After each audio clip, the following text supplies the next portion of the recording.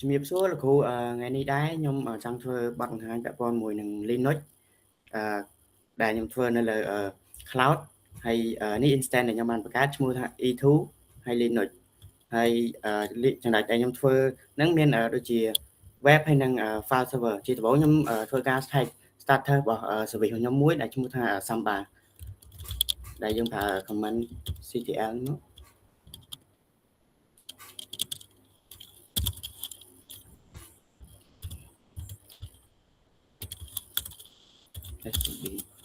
នេះគឺ service របស់យើងគឺបានកំពុងតែ run នេះហើយឥឡូវយើងចេញពី service មួយហ្នឹងយើងទៅឆែក service មួយទៀតដែលកំពុងទៅលើ web របស់យើងដែលប្រើ command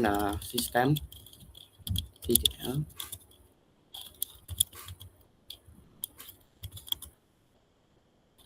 8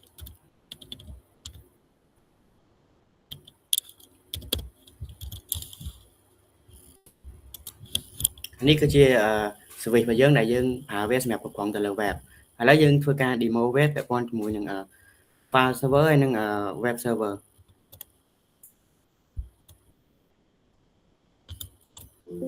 ឥឡូវយើងធ្វើការ demo វាជាមួយនឹង file server យើងក៏ចូលក្នុង instance យើងហើយយើង copy IPv4 ហ្នឹងមកកន្លែង IP នេះវាគឺ random ពេលដែលយើង start មកគឺ IP នឹងបដូរថ្មីទៀតហើយយើងចុច Windows O ហើយយើងវាយ IP នឹងបញ្ចូលហើយយើងដាក់ឈ្មោះ file ដែលយើងបានបង្កើត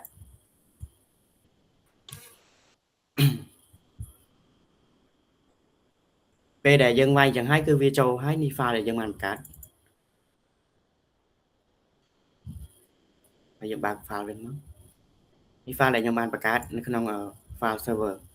ឥឡូវចាប់ពីចំណុចហ្នឹងយើងចូលដល់ចំណុច web ម្ដង web server យើងក៏ copy IPv4 មកហើយបន្តមកយើងផាសទៅក្នុងថ្មីមកនេះគឺ web ដែលខ្ញុំបានបង្កើតតែខ្ញុំប្រើ AI ដើម្បីឲ្យ design វាហើយចំណុចរបស់ខ្ញុំគឺចប់ត្រឹមហ្នឹងលោកគ្រូ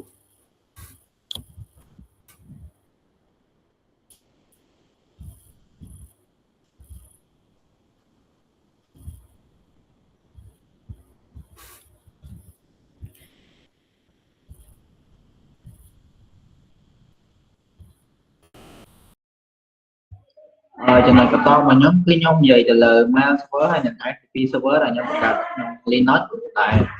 មើល mail server ហ្នឹងយើងបង្កើតដើម្បី transfer mail គ្នាទៅវិញទៅមកដូចការ send ឬក៏បង្កើត email ផ្សេងៗហើយ FTP server ហ្នឹងគឺដើម្បីបង្កើត file ខ្ញុំមិនបាន demo ឲ្យទេដោយសារតែខ្ញុំបាច់ទៅ វា error ហើយខ្ញុំdemo អត់ដែរតែខ្ញុំខ្ញុំជាអ្នក present ទៅខ្ញុំ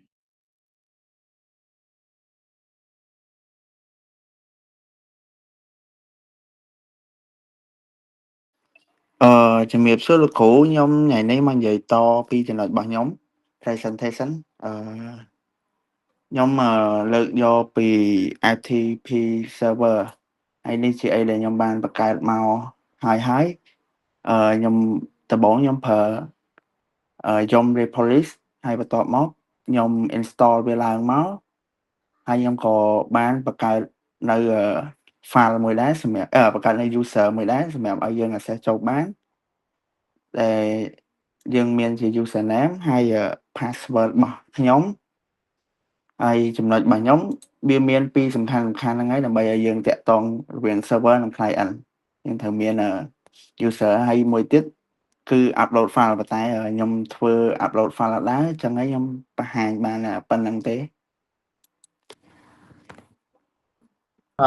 ឡូវខ្ញុំនិយាយតាក់ទងជាមួយនឹងការបង្កើត file server នៅក្នុង Linux ជាដំបូងយើងត្រូវបង្កើត Samba service ដែលយើងអាច allow ឲ្យវា share file server បាន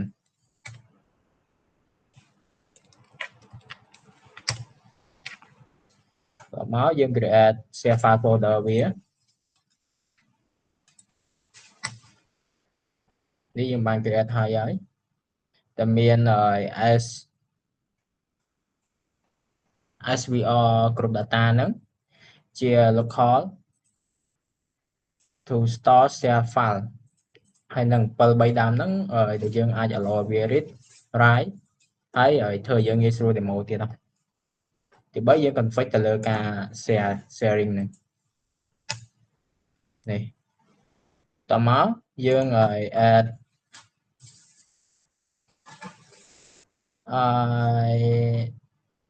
anh ấy tầm bay theo xăm ba nó là bia share folder từ lơ network bạn rồi này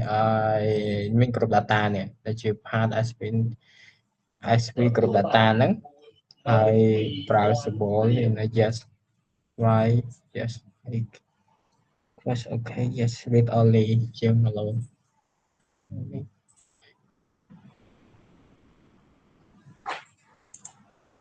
ấy dương start sẽ bị máu dương control O tới control X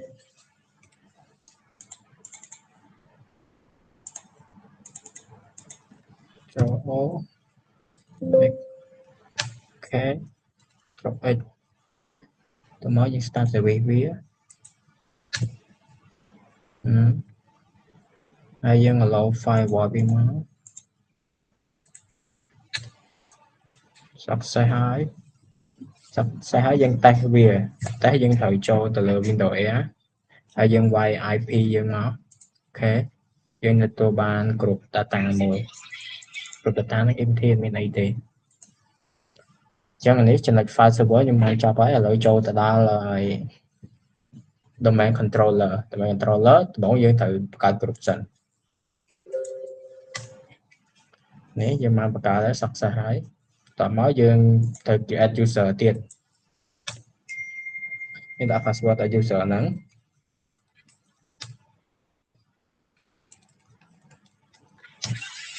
hai ấy tỏ máu dân add user từ trong group nắng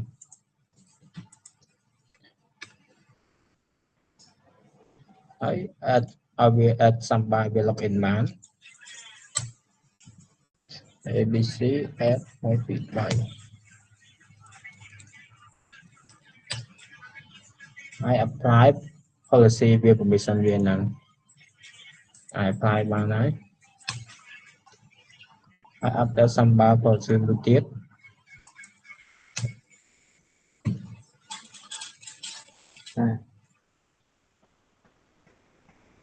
đó ha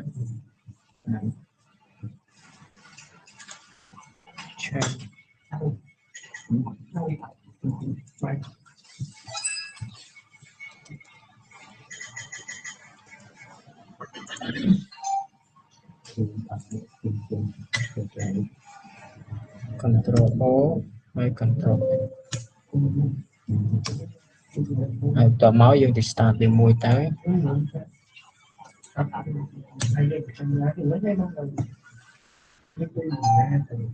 nhưng ai tay về ba này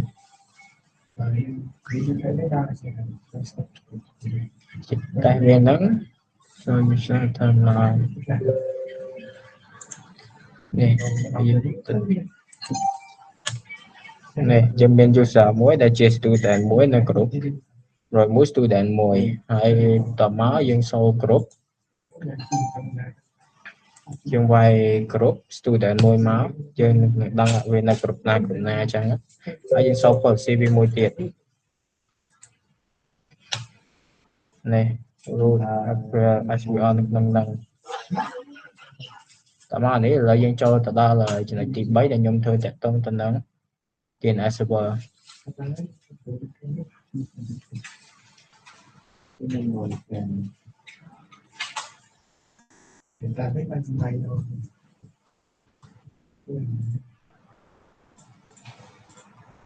nên là từ bộ dân thử install điện Ison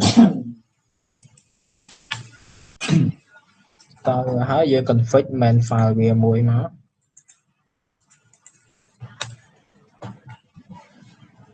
hãy dân set config về mà set config về hỏi dân control O wifi hay control X mà hãy dân create zone đi mũi tiệt zone hãy dân control nó ở phía trong một khóm hãy dân add config về mũi tiệt nào យើង Ctrl O Enter Ctrl X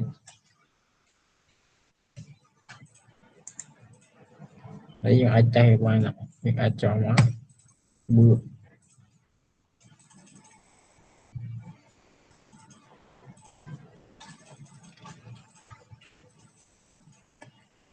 អញ្ចឹង local file នេះឃើញទេបើ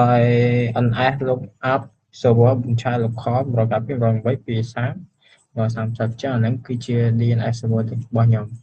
អញ្ចឹងអស់ហើយចំណុចរបស់ខ្ញុំ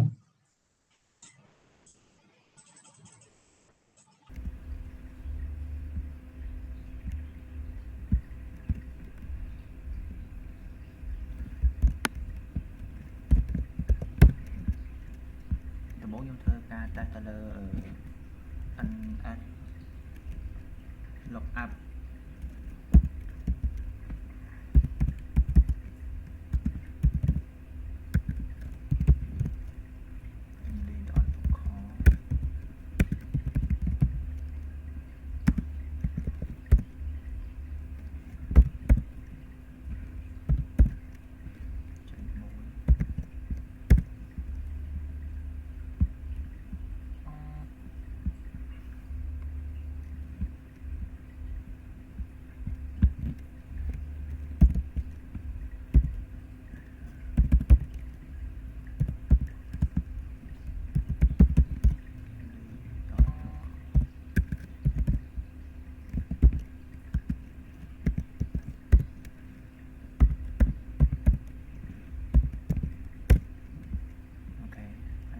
address ហើយនៅ server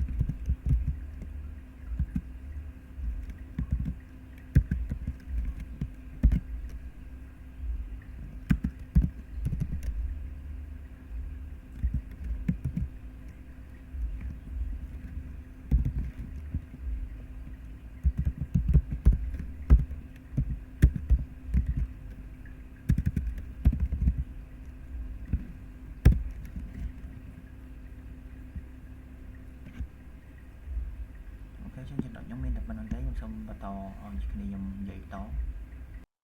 ជំរាបសួរលោកគ្រូខ្ញុំបាទឈ្មោះប៊ុនណេងខ្ញុំមកធ្វើការបង្ហាញអំពីការ backup server ហើយនឹងចំណុចមួយទៀតគឺការland loading server web server អញ្ចឹងជាដំបូងខ្ញុំសូម clear screen ចោលសិន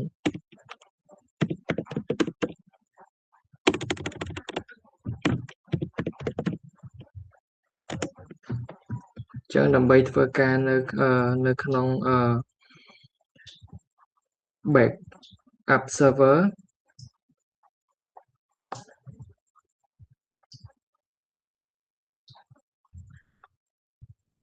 យើងត្រូវស្គាល់ថា backup server គឺជា server មួយសម្រាប់រក្សាទុកទិន្នន័យឬក៏យើងចង់ជប់ copy អ្វីហើយនឹងវាមានអត្ថប្រយោជន៍សម្រាប់ការពារទិន្នន័យនៅពេលបាត់បង់ទិន្នន័យនិងបង្កើនសុវត្ថិភាពអញ្ចឹងដើម្បីប្រើប្រាស់លើវាបានយើងមកប្រើ command prompt មួយចំនួនវាមានដូចជា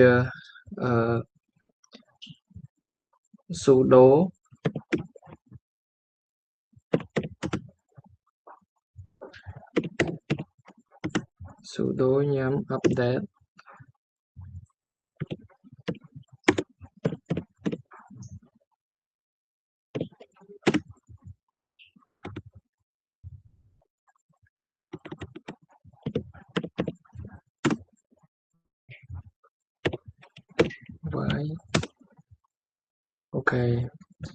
ចឹងដើម្បីទៅមកចំណុចទៀតដើម្បីយើងត្រូវការ install យើងប្រើ sudo ទៀត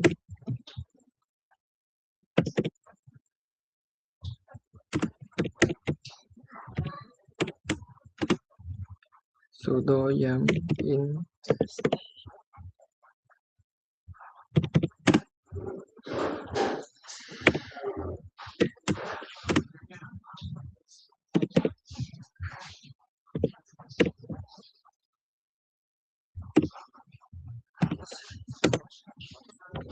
ចឹងបន្តមកទៀត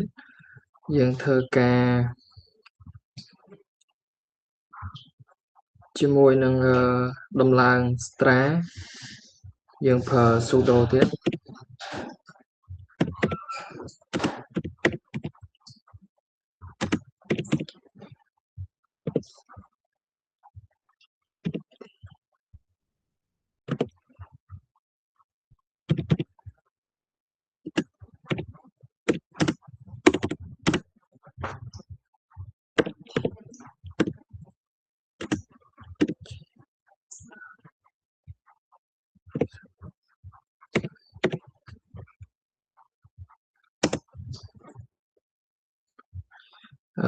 ចំពោះចំណុចនេះវាធ្វើការសម្រាប់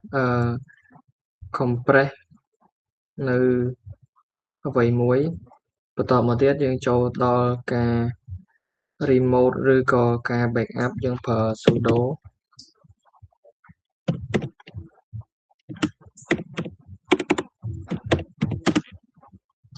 yum install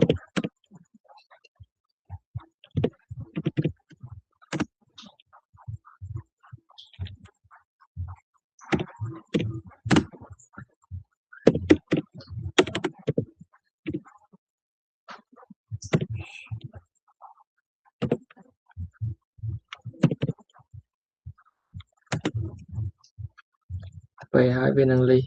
ចំណុចទាំងអស់ហ្នឹងមក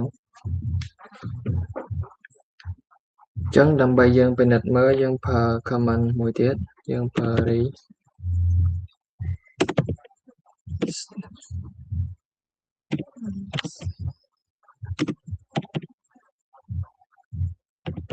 version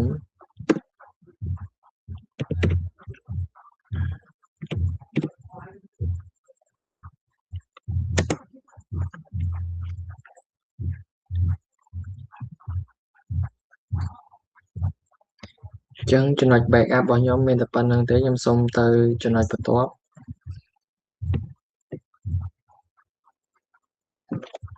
សូម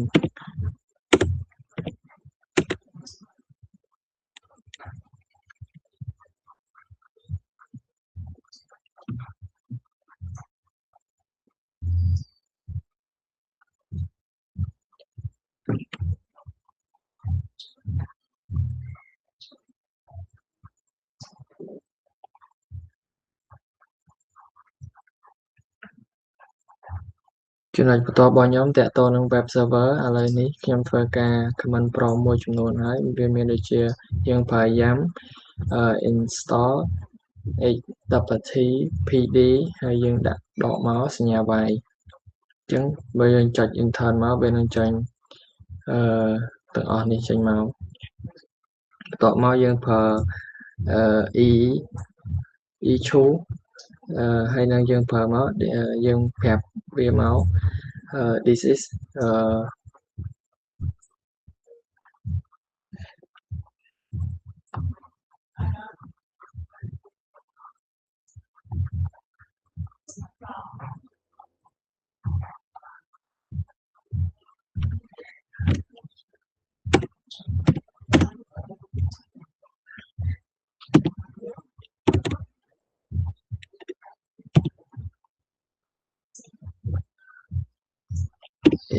HTML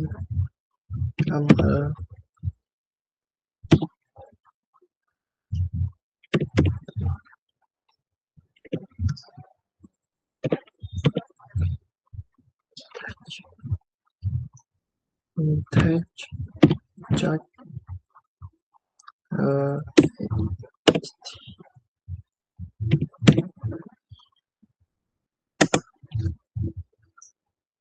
មួយទៀតយើងប្រើ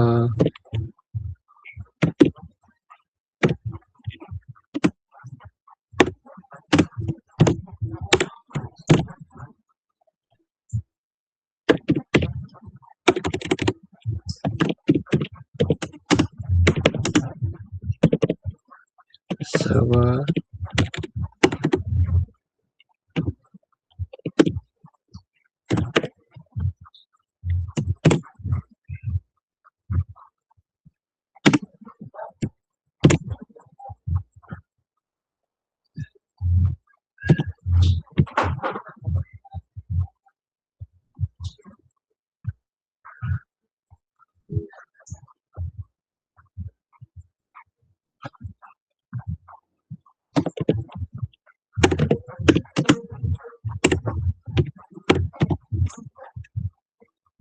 អាហ្នឹងវាដូចនៅខាងលើដែរទេ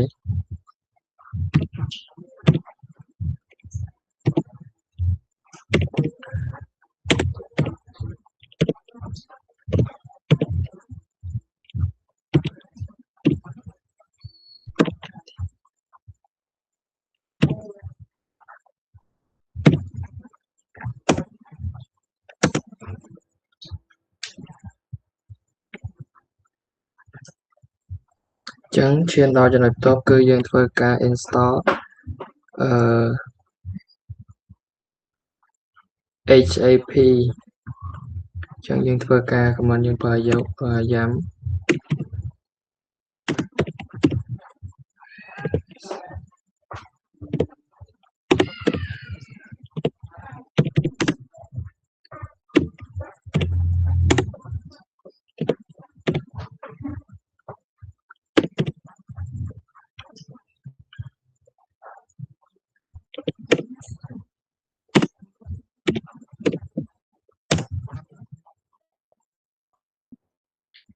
បន្ទាប់មកទៀតយើងត្រូវការប្រើដើម្បីឲ្យវា configure ជាមួយគ្នាយើងប្រើ vi ដក clear មួយ etc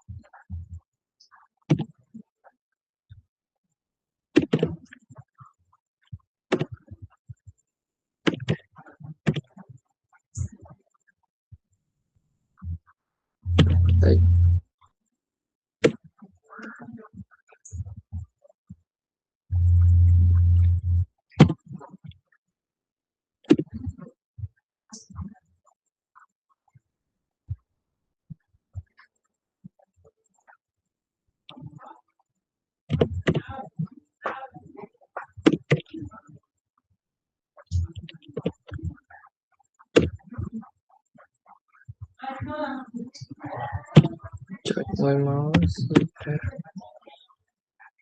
G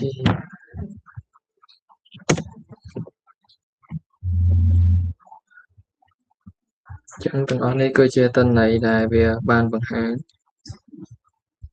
ចឹងចំណុចរបស់ខ្ញុំសូមបញ្ចប់ត្រឹមហ្នឹងសូមអរគុណលោកគ្រូ អូខេមកជួបខ្ញុំឈ្មោះសាងកំសែចំណុចបន្ទាប់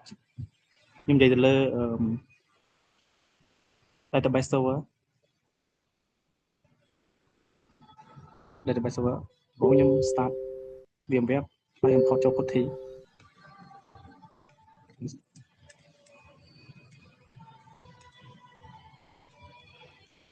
ជាដំបូងយើង start មើលដើម្បីខ្ញុំប្រើ PostgreSQL ដើម្បីdatabase ហ្នឹងដំបូងខ្ញុំ start មើលថាវា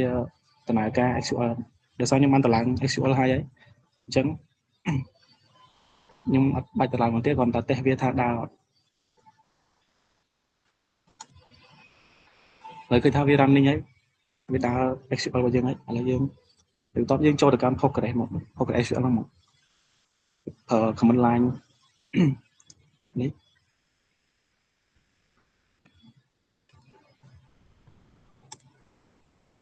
ឥឡូវវាចូលមកដល់ Postgres តោះមកយើងប្រើ PSQL ដើម្បីចូល Postgres ហ្នឹង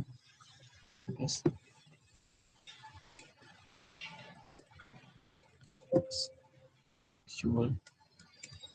លើចូលមកកាន់ Postgres ត តោះមកយើងចុចមើល list មើល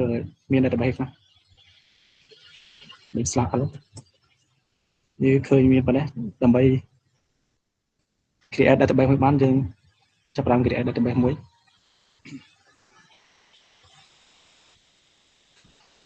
នេះយើង create database មួយយើងចូលមកដល់ហ្នឹងហើយ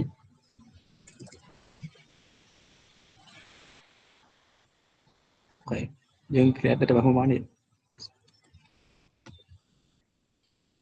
យើងអាចដាក់ឈ្មោះ database ហ្នឹង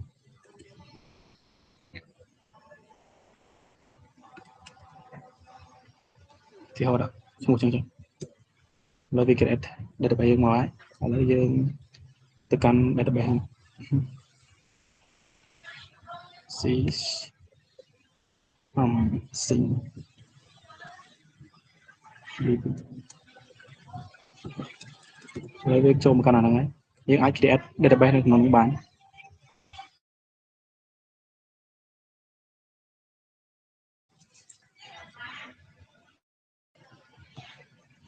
យើងអាច create database ហ្នឹងបាននេះដល់ប្រហែលប៉ុណ្ណឹង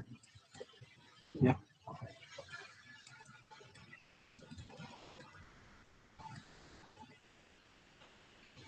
យើងអាចដូរឈ្មោះឲ្យបានតាមហ្នឹងឥឡូវយើងដាក់ចឹងពីឥ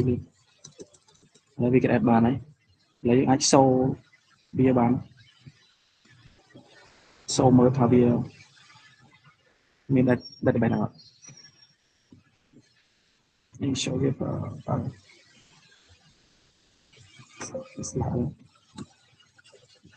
នេះវាមកហើយមិញឈ្មោះ sing db នេះ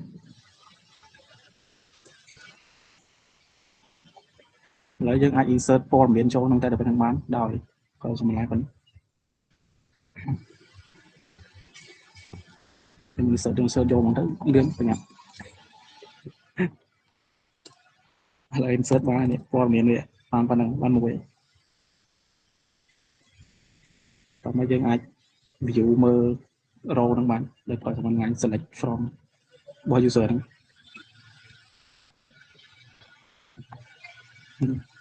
នេះដែលយើងបានចូលមិញវាបានមកដល់តោះមកយើងអាច filter មើលចិត្តថាវាធំជាងធំជាង 23 នេះឃើញថាវាធំជាង 23 វាសូមកហើយតោះមកយើងអាច check row វាបាន check row ដោយសារ select count វាបាន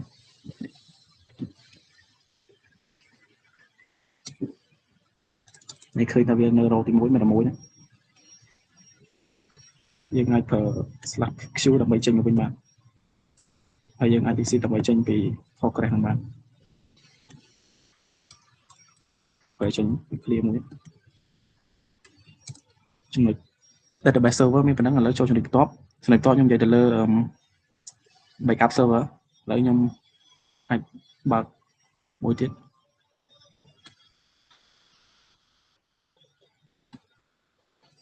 ខ្ញុំមានម៉ាស៊ីន2ម៉ាស៊ីនទី1ម៉ាស៊ីនទី2ម៉ាស៊ីនទី1ខ្ញុំបានបង្កើត directory មួយខ្ញុំបានបង្កើត directory មួយឥឡូវខ្ញុំសូ directory មួយនេះឥឡូវខ្ញុំសូ directory នៅក្នុង cd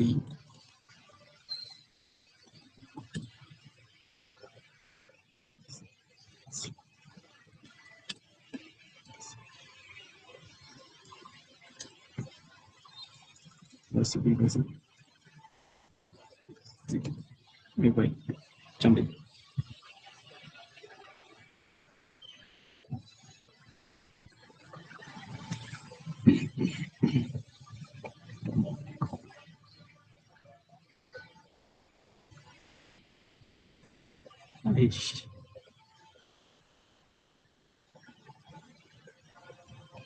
អរ៉ៃ cd ជាងអរ៉ៃមើល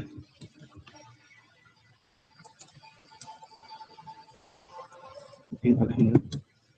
ហើយខ្ញុំមាន directory ប៉ុណ្ណឹងដើម្បី insert directory មួយបានទៅ directory មួយទៀតយើងអាចប្រើនេះយើង run ទៅនេះ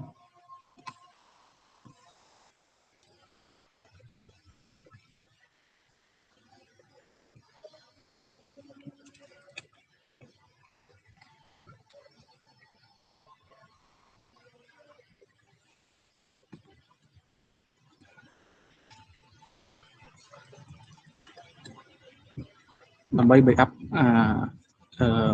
delivery ពីខាងនេះទៅម៉ាស៊ីនខាងនេះបានយើងប្រើ command line ប៉ុណ្នេះដោយដាក់ឈ្មោះបើដាក់ student ទៅយើងដាក់ root student នេះទៅបើយើងដាក់ directory មួយណាដាក់ឈ្មោះ directory ហ្នឹងបន្តមកដាក់IP របស់ម៉ាស៊ីនមួយខាងនេះដាក់ចូលនេះទៅវាយឈ្មោះដែលយើងចង់ដាក់ខាងនេះអានេះយើងមាន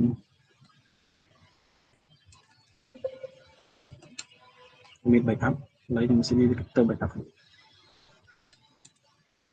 ចង់ដាក់មក backup យើងដាក់ឈ្មោះកន្លែងនេះ backup ជុំអូខេ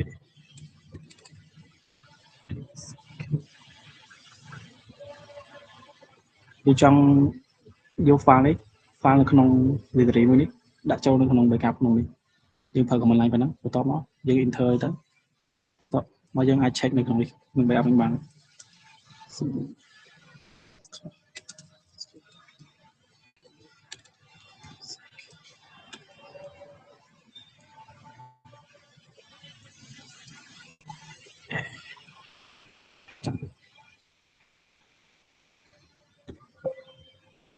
check នេះ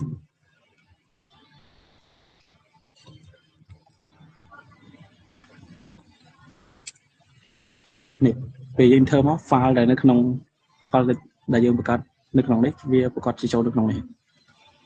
នៅក្នុង backup server មានតែប៉ុណ្្នឹងទេហើយចំណុចខ្ញុំត្រូវនិយាយក៏មានប៉ុណ្ណេះសូមអរគុណបាទអរគុណលោកគ្រូដែលបានមើលទៅលើវីដេអូដែលពួកខ្ញុំបានធ្វើការ review ទៅលើចំណុចដែលលោកគ្រូបានដាក់ឲ្យអរគុណលោកគ្រូនិងជំរាបលាលោកគ្រូ